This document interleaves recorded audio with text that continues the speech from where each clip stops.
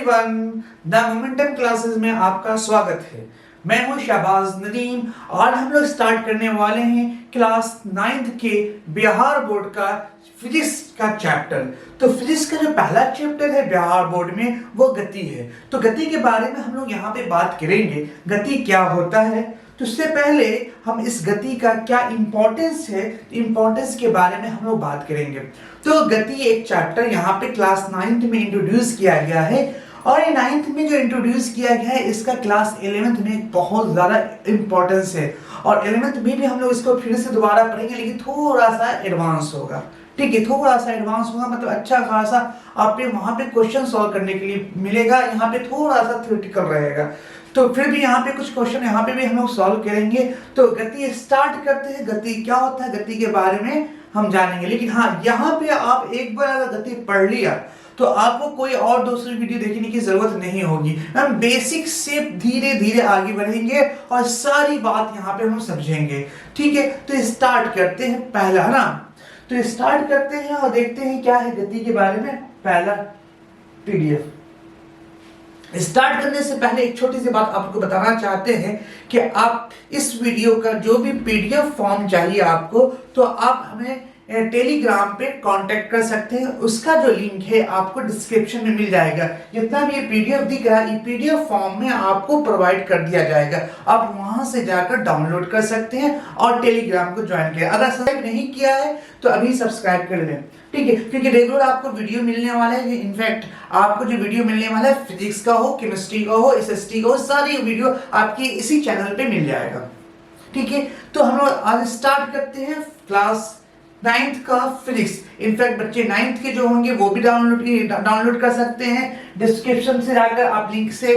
उसी तरह से क्लास 10th के जो बच्चे हैं वो भी डिस्क्रिप्शन से आप जाकर डाउनलोड कर सकते हैं। सारे बच्चे के लिए फ्री ऑफ कॉस्ट, कोई कॉस्ट की आपको पे करने की जरूरत नहीं है। मतलब अगर एक बार आप डाउनलोड कर लिया वो हमेशा आपके पास रहेगा। तो हम लोग स्टार्ट करते हैं क्लास 9th का गति के बारे में। ठीक है, तो गति के बारे में हम पीडीएफ पहला पीडीएफ जो स्टार्ट कर रहे हैं। देखिए क्या है गति के बारे में, देखिए क्या है गति के बारे में, समझते हैं गति को। तो गति में क्या समझना है, सबसे पहले बेसिक चीज हमको समझना बहुत जरूरी है। तो बेसिक चीज के लिए मतलब गति के बारे में समझने से पहले आप विराम अवस्था को समझना बहुत इंपॉर्टेंट है। बिना विराम अवस्था से समझे हुए आप गति के बारे में नहीं समझ सकते। तो विराम अवस्था का क्या डिफिनेशन है, क्या परिभाषा है, वो समझते हैं। जैसे मान लो लगता क्या होगा, जैसे मान लो हम यहाँ पे खड़े हैं, हम यहाँ पे खड़े हैं, तो आपको क्या लग रहा है? अब ये लग रहा है कि हम विराम अवस्था में, आपको लग रहा है कि हम विराम अवस्था में हैं। हो सकता है कोई ऐसा बंदा हो जो मुझे चलते हुए देख रहा है। चलते हुए देख रहा मतलब क्या है कि वो आगे की तरफ जा रहा है, मुझे देख रहा है, लेकिन हम उस चलते हुए इंसान के रिस्पेक्ट में हम विराम अवस्था में नहीं हैं। आपको लग रहा है विराम अवस्था में, लेकिन चलते हुए इंसान को अगर मुझे देखता वो चल रहा है तो वो क्या दिखेगा, मुझे विराम अवस्था में नहीं दिखेगा, क्योंकि वो चलते हुए मेरे और उस अपने आप के बीच की दूरी वो बदल रहा है। मतलब समय के साथ अगर दूरी बदलता हो तो वो विराम अवस्था नहीं कहला सकता। तो इसका मतलब ये कि विराम अवस्था को समझने के लिए कुछ और आपको कुछ पॉइंट है वो आपको समझना पड़ेगा। सापेक्ष का मतलब क्या होता है, जैसे आपके सापेक्ष हम बिल्कुल खड़े हैं, मतलब मूव नहीं कर रहे हैं, इसका मतलब ये आपके सापेक्ष हम विराम अवस्था में हैं। आपके सापेक्ष हम क्या है, विराम अवस्था में, हम मूव नहीं कर रहे हैं, इसलिए हम क्या है, सापेक्ष में आपके हम विराम अवस्था में। अगर हम मूव कर रहे हैं तो इसका मतलब ये हुआ कि आपके सापेक्ष हम मूव कर रहे हैं। ठीक है, ये तो बात समझ में है। विराम अवस्था क्या है और गति की अवस्था क्या है। अगर मान लो मेरे साथ दो लोग एक साथ आगे की तरफ बढ़ रहे हैं, एक साथ, तो हम दोनों एक दूसरे के सापेक्ष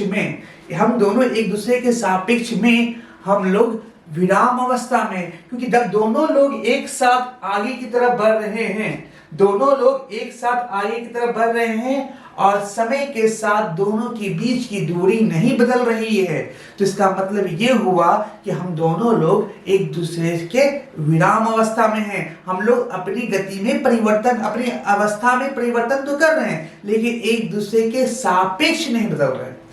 तो विराम अवस्था का डिफिनेशन है किसी के सापेक्ष में समय के साथ दूरी में अगर परिवर्तन ना होता हो तो वो विराम अवस्था कहलाता है। विराम अवस्था का मतलब क्या हुआ, इसको और डिटेल में यहां पे समझते हैं। ये तो हम बोल के बात समझाया है। मान लो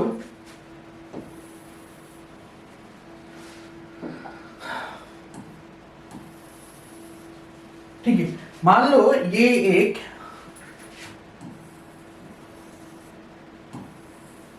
एक ये साइकिल जूम कर ले, ठीक है, सिंपल सा साइकिल जूम कर लिया, ठीक है। इस पर आप बैठे देख लीजिएगा, चलिए बैठे है ना, ये चल रही है ऐसे,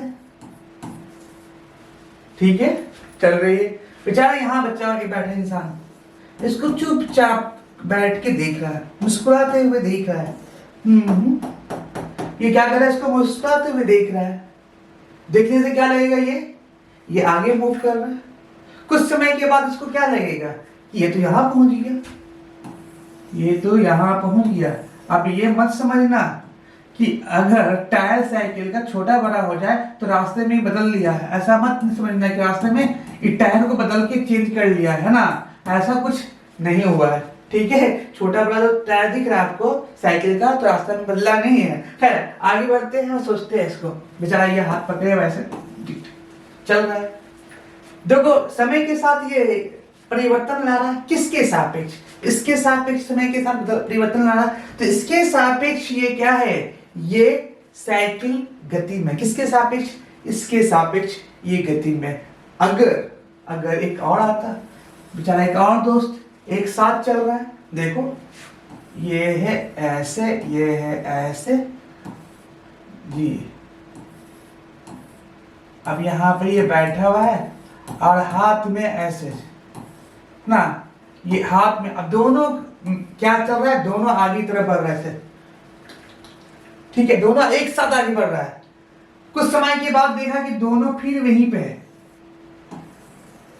कुछ समय के बाद देखा कि दोनों अपने सेम पोजीशन पे है, अपने जैसे बैठा लो उसको, बस ड्राइंग बहुत गंदा है मान लेना, ठीक है, बहुत गंदा ड्राइंग है मान लो क्या है, अभी भी इन दोनों के बीच का गैप ये है, कुछ समय के बाद अभी भी ये है। इसका मतलब क्या हुआ, समय के साथ इन दोनों के बीच की दूरी नहीं बदल रही है। इसका मतलब ये दोनों आपस में एक दूसरे के सापेक्ष विराम अवस्था में है, ये दोनों एक दूसरे के सापेक्ष विराम अवस्था में समय के साथ परिवर्तन नहीं कर रहा है, इसलिए हम बोलेंगे दोनों विराम अवस्था में, जबकि ये दोनों इस बच्चे के सापेक्ष गति में है।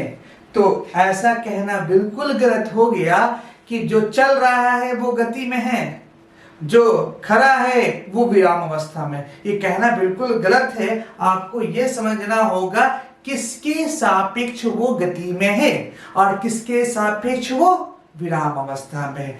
तो देखो ध्यान से, तो आपको ये समझ में आ रहा होगा ये दोनों एक दूसरे के सापेक्ष में विराम अवस्था में है, जबकि ये दोनों इसके सापेक्ष गति में है।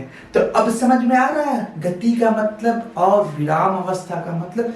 विराम अवस्था में किसी के सापेक्ष, सापेक्ष का मतलब कभी कभी मूल बिंदु भी कहते हैं, किसी मूल बिंदु से किसी का समय के साथ परिवर्तन ना होता हो तो उसे कहते हैं कि वो विराम अवस्था में है। अगर वो समय के साथ मूल बिंदु से परिवर्तन करता हो तो उसको बोलेंगे कि ये गति के अवस्था में है। तो बार बार हम बात समझाने की कोशिश कर रहे हैं कि ये दोनों अपने मूल स्थान से एक दूसरे के सापेक्ष पोजीशन को नहीं बदल रहा है, इसलिए ये दोनों आपस में एक दूसरे के विराम अवस्था में है, जबकि ये और इसके सापेक्ष में समय के साथ अंतराल में समय के साथ परिवर्तन कर रहा है, इसलिए ये कहलाएगा गति के अवस्था में। तो विराम अवस्था क्या है, गति की अवस्था क्या है, ये हम समझ चुके हैं। और आगे बढ़ते हैं और समझते हैं और आगे चलिए। इसमें एग्जाम्पल दिया हुआ है आपको कि गति क्या है। जब कोई वस्तु समय के साथ अपनी स्थिति परिवर्तन करती हो तो उसे कहा जाता है कि वस्तु गति में है। समय के साथ और साथ साथ एक अपने मूल बिंदु से भी परिवर्तन करती होनी चाहिए। मूल बिंदु से मतलब क्या, उसके किसी के सापेक्ष जरूरी है यहाँ पे, है ना। जैसे हमारे पास गतिशील वस्तुओं की बहुत सारे उदाहरण हैं। उड़ती हुई पक्षियां, गति देखो, उड़ती हुई पक्षियां देखो, यहाँ पे उड़ती हुई पक्षियां किसके लिए, मेरे लिए गति में है। लेकिन दो पक्षी एक साथ सेम गति से उड़ रही है तो, दो पक्षी एक साथ सेम गति से उड़ रही है तो इसका मतलब दोनों एक दूसरे के सापेक्ष विराम अवस्था में। लेकिन मेरे लिए वो बाहर जो जाने वाली जो पक्षियां हैं वो मेरे लिए गति में होगी। ठीक है, उड़ती हुई पक्षियों की गति, कार की गति, वो विराम अवस्था में हम करें तब सारी चीज को देख रहे हैं। धमनियां, शिराएं, रक्त की गति, दौड़ते हुए बालक की गति, ये सब क्या है, एक गति की अवस्था है। देखो यहाँ पे फिर समझाया गया कि मूल बिंदु क्या होता है ना। यहाँ पे देखा ये मूल बिंदु क्या होता है, यहाँ समझाया गया आपको, देखिएगा। मूल किसी वस्तु के स्थान बताने के लिए हमें एक निर्देश बिंदु की आवश्यकता होती है, जिसे मूल बिंदु कहते हैं। जिसके सापेक्ष हम बात कर रहे थे उसको यहाँ पे मूल बिंदु कहते हैं। जैसे कोई आम बोलचाल की भाषा में कहता है कि चौराहे से रेलवे स्टेशन 20 किलोमीटर उत्तर में है। कहां से, चौराहे से। चौराहे से कितने किलोमीटर पे, 20 किलोमीटर पे है। तो चौराहा क्या हुआ, ये एक स्थान हुआ जहां से चीज को हम क्या कर रहे हैं, देख रहे हैं, किसी के सापेक्ष। सापेक्ष मतलब मूल बिंदु है। कौन मूल बिंदु है, तो मूल बिंदु क्या है, मूल बिंदु यहाँ पे चौराहा है। चौराहा से चीज को देख रहे हैं। चौराहा से कितने किलोमीटर दूरी पे, यहाँ पे आम बोलचाल की वजह से चौराहे से रेलवे स्टेशन की दूरी कितना है, 20 किलोमीटर। मतलब क्या, यहाँ पे कहीं पे चौराहा होगा और यहाँ से रेलवे स्टेशन की दूरी कितना दिया हुआ है, 20 किलोमीटर। मतलब ये कि इसके सापेक्ष यहाँ की दूरी है ना, यहाँ की दूरी जो है इस रेलवे स्टेशन के का दूरी जो इस बिंदु के सापेक्ष 20 किलोमीटर पे है। तो हो सकता है अगर इसी स्थान को बताने के लिए हम कोई किसी स्टेशन की दूरी मेरे घर से बात कर ले तो अब वो दूरी बदल जाएगी, क्योंकि सापेक्ष मूल बिंदु ही बदल दिया जहां से चीज को देखना है। खैर, उसके बाद आगे बढ़ते हैं और देखते हैं यहाँ पे, ये तो हो गया। हाँ,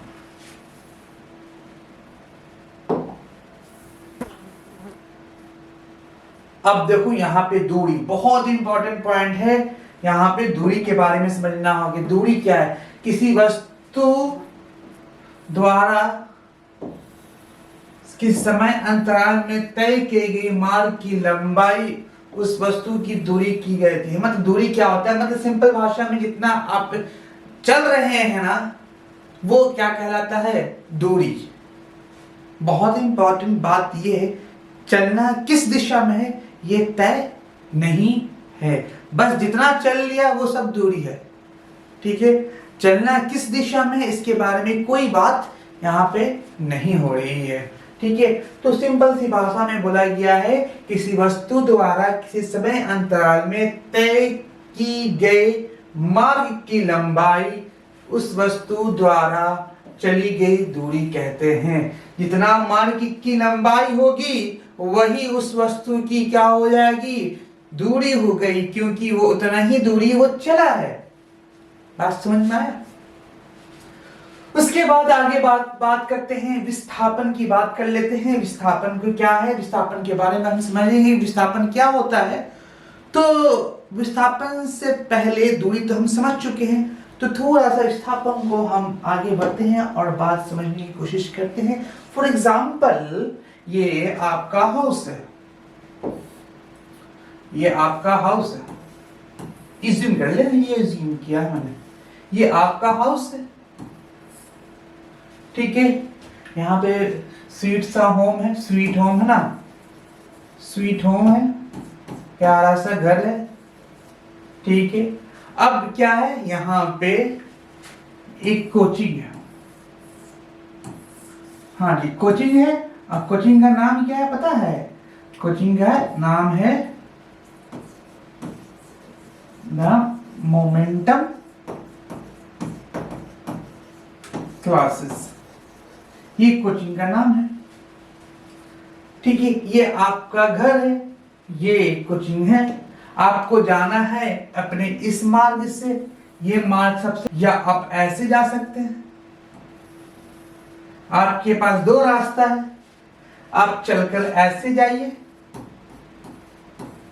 ये चलने का रास्ता आप ऐसे जा सकते हैं, है ना। फिर यहां पे जाइए, पहुंचिएगा, फिर यहां पे पहुंचिएगा और फाइनली आप इस जगह पे पहुंच चुके हैं। चलिए आप यहां पहुंच गए, ठीक है। और यहां पे पहुंच चुके आप। एक तो ये रास्ता हुआ, दूसरा रास्ता टहलते घूमते है ना, कि जैसे तैसे टहलते घूमते बाजार मार्केट सब घूम घाम के, क्या अगर निकले हैं तो कोचिंग भी घूम लेते हैं, कोचिंग भी कर लेते हैं और मार्केट भी घूम लेते हैं, ठीक है। दोनों एक काम कर लेते हैं। तो बेचारा बाजार से घूमते टहलते है ना, अपनी कोचिंग की तरफ बढ़ रहे हैं। तो धीरे धीरे क्या कर रहे हैं, बाजार मार्केट से फिर यहाँ ये कोचिंग तक पहुंच गया। अरे ये कोचिंग तक पहुंच गया।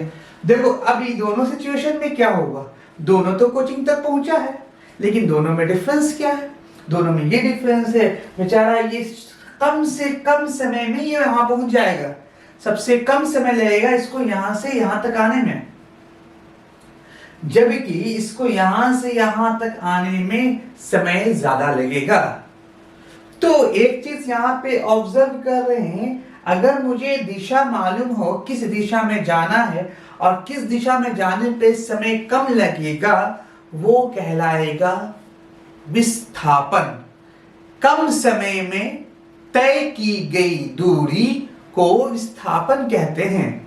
कम समय में तय की गई दूरी को विस्थापन कहते हैं। तो यहां से मान लो A है, ये मान लिया B है, तो AB जो कहलाएगा वो कहलाएगा विस्थापन।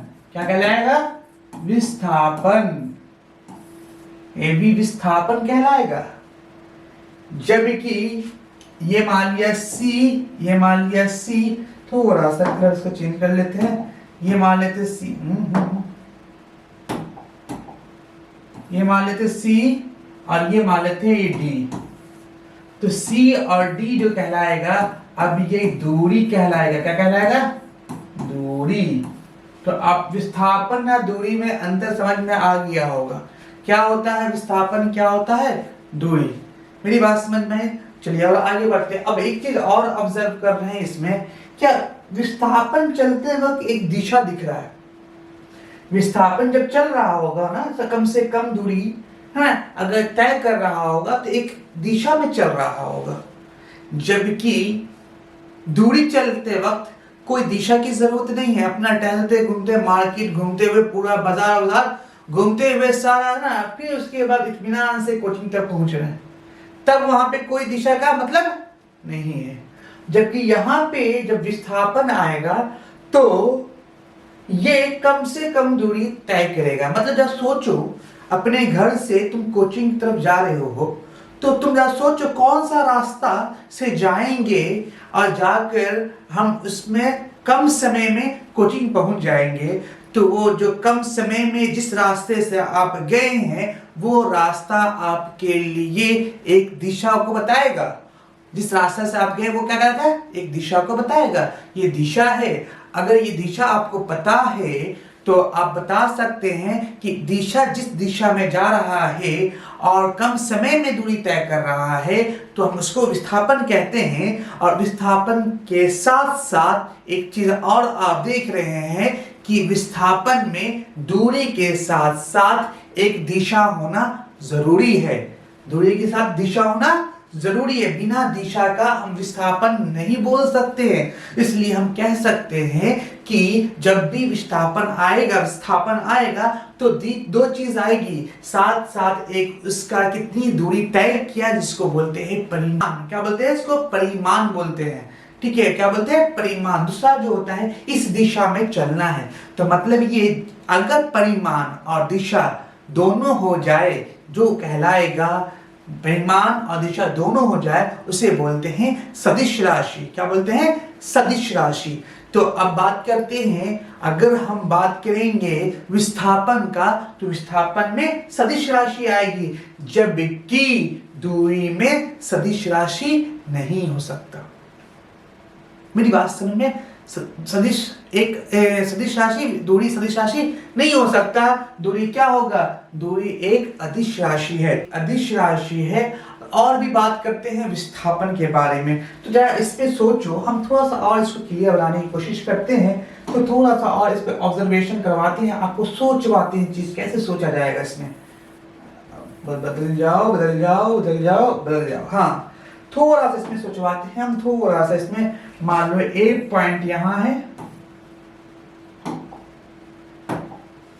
बी पॉइंट यहां है, ए से बी की तरफ ऐसे जाएंगे और ए से बी की तरफ ऐसे जाएंगे। ठीक है, तो ये जो कहलाएगा ये विस्थापन कहलाएगा। ये जो कहलाएगा ये क्या कहलाएगा, बताओ जल्दी, क्या कहलाएगा, कमेंट करो, कमेंट करके बताओ ये क्या कहलाएगा, दूरी। चल, दूरी में क्या क्या होता है, जल्दी बताओ। दूरी में क्या क्या होता है, दूरी में सिर्फ परिमाण होता है। क्या परिमाण, मतलब क्या है, 10 किलोमीटर। ये मान लो 10 किलोमीटर मान ले, परिमाण इसी को बोलते हैं परिमाण। ठीक है, परिमाण। इसके बाद क्या होता है, परिमाण होता है। इसके पास दिशा भी है, परिमाण। मान लो कि ये चलेगा 5 किलोमीटर, तो विस्थापन कितना है, 5 किलोमीटर। और दिशा भी है, इसका मतलब ये इसके पास दिशा भी है।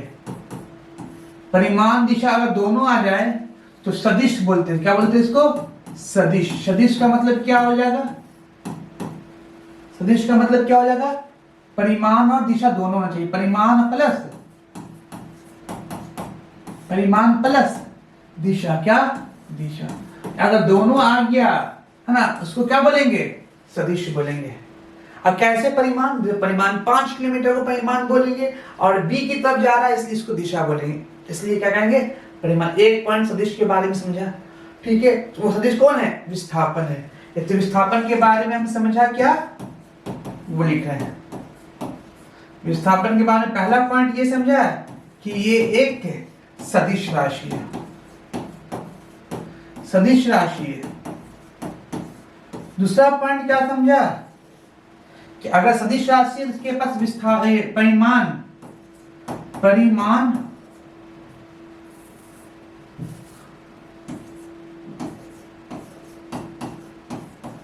परिमाण और एवं दिशा दोनों होता है। ठीक है, और विस्थापन हमेशा दूरी के बराबर हो सकता है। विस्थापन दूरी से बड़ा नहीं हो सकता है। तो विस्थापन हमेशा दूरी के बराबर हो सकता, विस्थापन हमेशा दूरी के छोटा होगा या बराबर होगा, और हमेशा ऐसा नहीं है। कहीं कहीं पे विस्थापन छोटा, देखो अभी विस्थापन छोटा है ना, अगर दोनों बच्चे इसी रास्ते से जाएंगे तो विस्थापन और दूरी दोनों एक ही दिशा होगा, इसलिए छोटा भी हो सकता है और बराबर भी हो सकता है विस्थापन और दूरी। ठीक है, ये सारी पॉइंट है। ठीक है, ये विस्थापन के बारे में। तो हम आगे देखते हैं विस्थापन के बारे में। इसके बारे में देखो यहाँ पे, हाँ, विस्थापन के बारे में यहाँ पे डिस्कशन करते हैं। किसी वस्तु की प्रारंभिक स्थिति तथा अंतिम स्थिति के बीच की न्यूनतम दूरी को वस्तु का विस्थापन कहते हैं। तो प्रारंभिक दूरी और अंतिम दूरी के बीच का दूरी को हम लोग विस्थापन कहते हैं। लेकिन यहाँ पे एक छोटी सी चीज और इसमें ऐड करना है, कम समय में तय की गई दूरी, है ना, तभी प्रारंभिक और अंतिम को जोड़ पाएंगे। ठीक है, अब बात करते हैं परिमाण। परिमाण क्या होता है? तो परिमाण के बारे में हम लोग बात किया, है ना। तो किसी भौतिक राशि की संख्यात्मक मान को इसका परिमाण कहते हैं। संख्यात्मक मान कौन सा होगा? जा दिखाते हैं यहाँ पे आपको संख्यात्मक मान। ये जो तुम्हारा दिख रहा है ना संख्यात्मक, ये 5 किलोमीटर, कितना किलोमीटर? 5 किलोमीटर, ये परिमाण कहलाता है। और ये दूरी क्या? दूरी का 10 किलोमीटर संख्यात्मक मान जो कहलाता है वो क्या कहलाता है? परिमाण कहलाता है। 5 kilometre, 10 kilometre, 15 kilometre, 20 kilometre, 25 kilometre, ये सब क्या है ना? परिमाण है। 2 KG, 3 KG, 7 KG, 10 KG, 15 KG, सब क्या आता है? सब परिमाण में आता है। ठीक है, बात समझ में? अब बात करते हैं आगे की तरफ। चलिए, ये हो गया। इसके बाद नेक्स्ट जो स्लाइड था ये यहाँ पे था ना, परिमाण के बारे में बात कर रहे थे हम। चलो आगे बढ़ते हैं और थोड़ा सा ऊपर तक। चलिए, इतना ही था। हाँ, लास्ट में था किसी भौतिक राशियों का संख्यात्मक मान परिमाण कहता है, बता देता। और स्लाइड नंबर, नेक्स्ट स्लाइड की तरफ बढ़ते हैं। अब सदिश राशि और अदिश राशि। जो सदिश राशि और अदिश राशि के बारे में थोड़ा बहुत हम बात कर लिया है। क्या होता है सदिश राशि, क्या होता है अदिश राशि, है ना। तो एक बार पढ़ के समझा देते हैं क्या होता है ना। ऐसे समझा चुके हैं आपको, फिर भी पढ़ लेते हैं। वह भौतिक राशि जिसके परिमाण एवं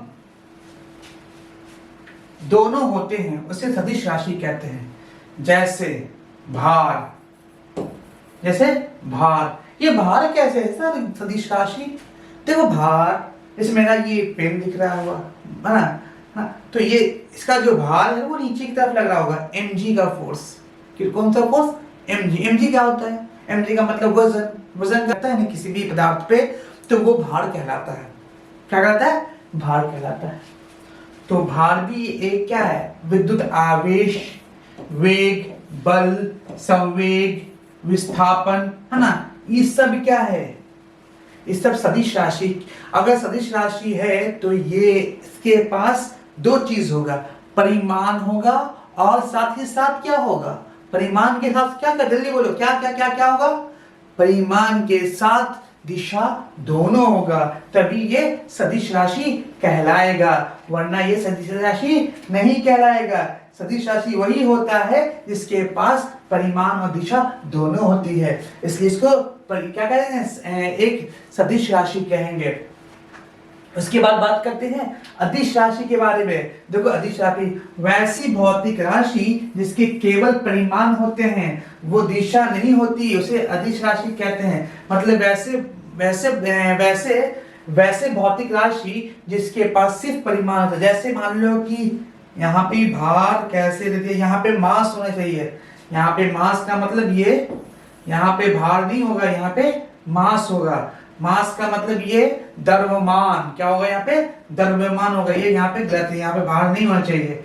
ठीक है, उसके बाद समय होगा, क्षेत्रफल होगा, आयतन होगा, चाल होगा, दूरी होगा, ताप होगा, तो कैसे समय?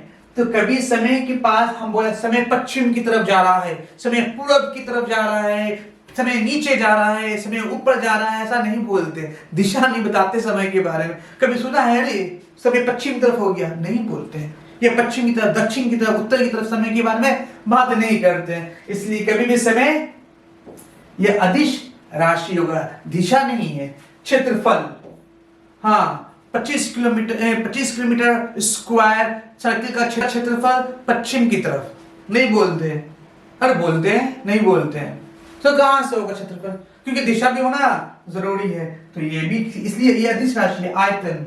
हाँ जी, आयतन की बात कर रहे हैं। एक बेलन ले लिया, बेलन समझते हैं ना, बेलन है ना। तो बेलन ने बोला कि ये से 25 से मीटर क्यूब क्या है, इसका आयतन है, वो भी ऊपर की तरफ। कभी नहीं बोलते हैं, इसलिए ये सब क्या है, ये सब चाल भी क्या है, एक अदिश राशि है। दूरी भी एक बताया, दूरी के पास सिर्फ परिमाण होता है, इसलिए अदिश राशि। ताप भी एक अदिश राशि है, घनत्व भी, ये आपको याद रखना पड़ेगा।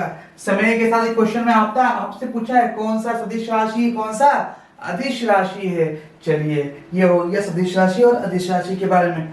आगे आगे बढ़ते हैं, और आगे क्या है, सरल रेखा गति। ये सरल रेखा गति जो है हम लोग मैंने आज सीखा क्या इस लेक्चर में, इस लेक्चर में हम लोग सीखा ये सिंपल सी बात, ये सीखा सबसे पहले क्या है कि विराम अवस्था क्या है, इसके बारे में बात किया।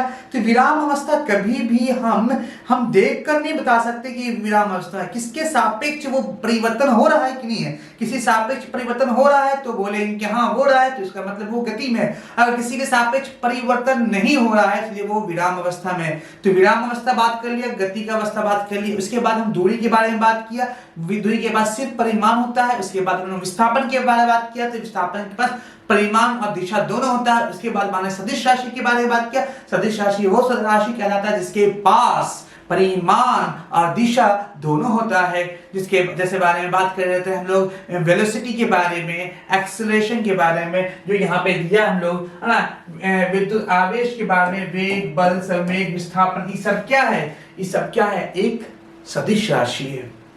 ठीक है, उसके बाद ये सब बात कर रहे थे। उसके बाद हमने लास्ट में बात कर लिया था कि अदिश राशि कौन सा है, तो समय की बात किया, क्षेत्रफल, अदिश, सब क्या है। अदिश राशि के बारे में देख लिया क्या क्या अदिश राशि है।